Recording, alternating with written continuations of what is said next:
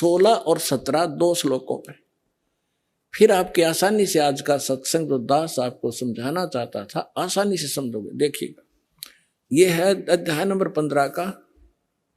अब श्लोक नंबर हम 16 यहां से पढ़ा था, फिर देख लेते हैं। दिवौ इमौ पुरुषौ लोके सर्च अक्षरः एव च सर्व सर्वाणी भूतानि कुटस्थ अक्षर उच्यते। इन्हीं का अनुवाद पढ़ लेते हैं। 15वां अध्याय। इस संसार में नासवान सर्वनाशवान अक्षर अविनाशी दो प्रकार के पुरुष माने परमात्मा प्रभु ब्रह्म दो कहे। और संपूर्ण प्राणियों के शरीर ना तो नाशवान है, जीवात्मा अविनाशी कही जाती है। फिर ये 70 में मैं तुरंत कहा कि उत्तम पुरुष है तू अन्य, वो श्रेष्ठ भगवान तो इन दोनों से कोई और है। और परमात्मा इसी उदाहरण जिसको भगवान कहा जाता है। ये लोग त्रयमावी से विभर्ती जो तीनों लोकों प्रवेश करके सबका धारण पोषण करता है, वो अविनाशी परमात्मा है। इन्हीं का अनुवाद। उत्तम पुरुष श्रेष्ठ भगवान तो कोई इनसे दोनों से अन्य है जो तीनों लोकों प्रवेश करके और सबका धारण पोषण करता है, अविनाशी परमेश्वर परमात्मा इस प्रकार कहा गया है।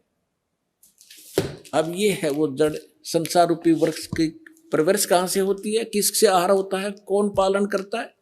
संसार रूपी वृक्ष की जो जड़ है ये परम अक्षर ब्रह्म है। इससे ये तीनों लोकों प्रवेश करके और सबका धारण पोषण करने वाला ये परम अक्षर ब्रह्म है, ये पूर्ण परमात्मा है, वो जो इन दोनों से सरपुरुष और अक्षर पुरुष से अन्य है।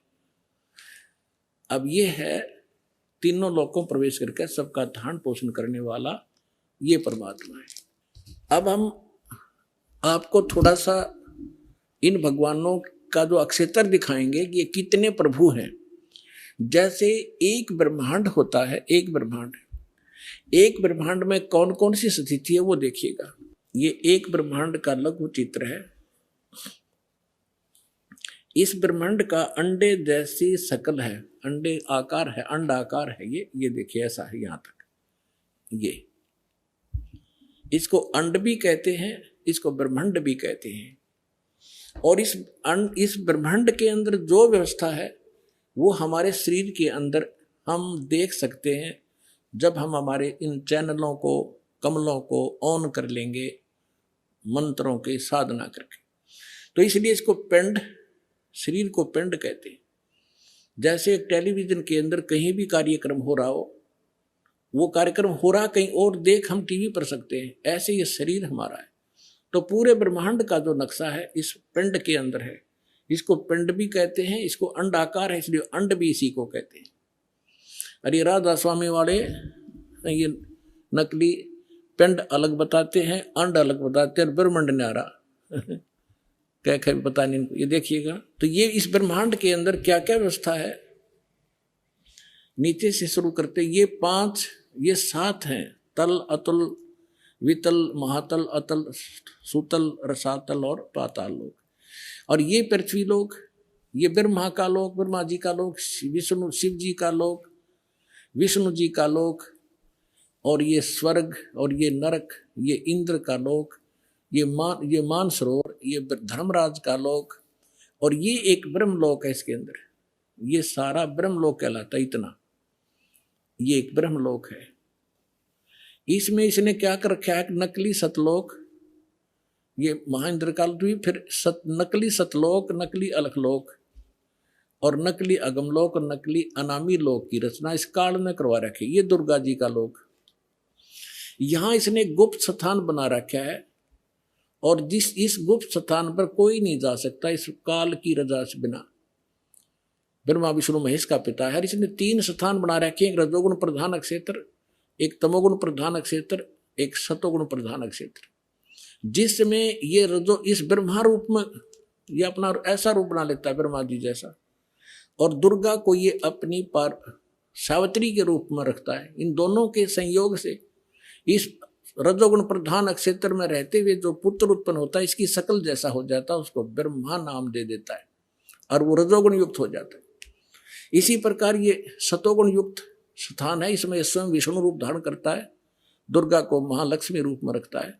इन दोनों के संयोग से इस सतोगुण प्रधान क्षेत्र में रहने से जो पुत्र उत्पन्न होता है वो सतोगुण युक्त हो जाता है और उसका नाम विष्णु रख देते हैं। इसी प्रकार ये शंकर रूप बना लेता है, दुर्गा को पार्वती रूप में रखता है और इन दोनों के संयोग से तमोगुण प्रधान क्षेत्र में जो पुत्र उत्पन्न होता है वो तमोगुण युक्त हो जाता है।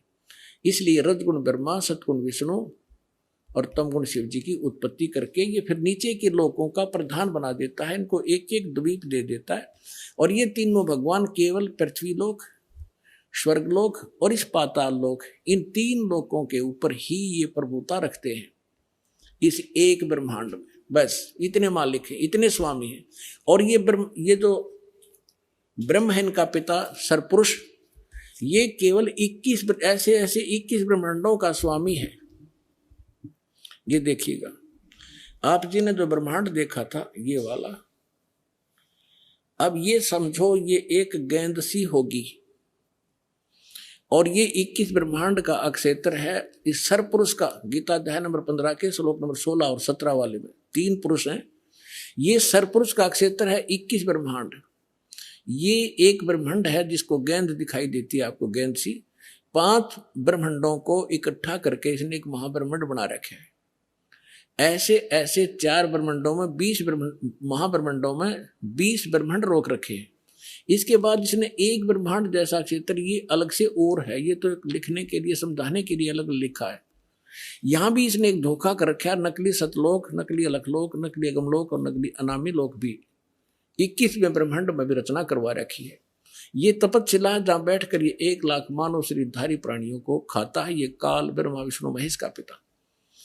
और यहां से फिर आगे निकल जाते हैं, परब्रह्म का लोक में जाना होता है। अब देखिएगा इसके बैक में कंप्लीट देखेंगे। अब ये है कंप्लीट सभी ब्रह्मांडों का, असंख्य ब्रह्मांडों का चित्र एक समझने के लिए। अब जो आपने देखे थे वो 21 ब्रह्मांड, अब ये है 21 ब्रह्मांड। ये सरपुरुष का क्षेत्र है, सरपुरुष का, बस इतना, ये इतना। और इसके बाद ये है परब्रह्म कहो, इसको अक्षर पुरुष कहो। इसे नेक्स्ट ब्रह्म जो है ये 7 संख्य ब्रह्मांड, इससे कई गुना बड़ा है। ये अक्षर पुरुष का केवल इतना ही अक्षेत्र है 7 संख्य ब्रह्मांड का। और ये है वो परम अक्षर ब्रह्म, असंख्य ब्रह्मांड का स्वामी। ये असंख्य, ये छोटे छोटे दिखे सारे ब्रह्मांड है, सारे अलग अलग से। ये तो थोड़ा सा क्षेत्र इन दोनों का और इस पूर्ण परमात्मा का, इंक्लूडिंग दिस ब्रह्म एंड पर ब्रह्म, सरपुरुष और अक्षर पुरुष इंक्लूडिंग ये परमात्मा सबके ऊपर ओवरऑल कंट्रोल, कुल का मालिक है। ये है वो परम अक्षर ब्रह्म। गीता अध्याय नंबर 8 के श्लोक नंबर 1 में अर्जुन ने प्रश्न किया कि हे भगवान, आपने गीता अध्याय नंबर 7 के श्लोक नंबर 29 में कहा है कि जो व्यक्ति जरा और मरण से छूटने का प्रयत्न ही कर रहे हैं, इस संसार की किसी वस्तु की इच्छा नहीं रखते, वो तत्ब्रह्म को